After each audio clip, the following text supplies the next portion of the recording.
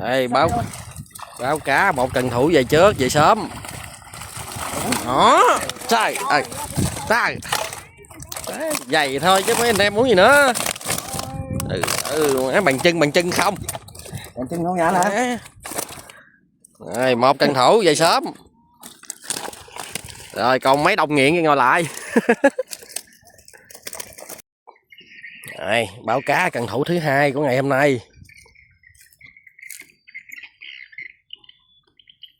Bữa này là mấy cần thủ là bị bông hơi nhiều nha, bứt thẻo hơi nhiều nha. Đó. Đây.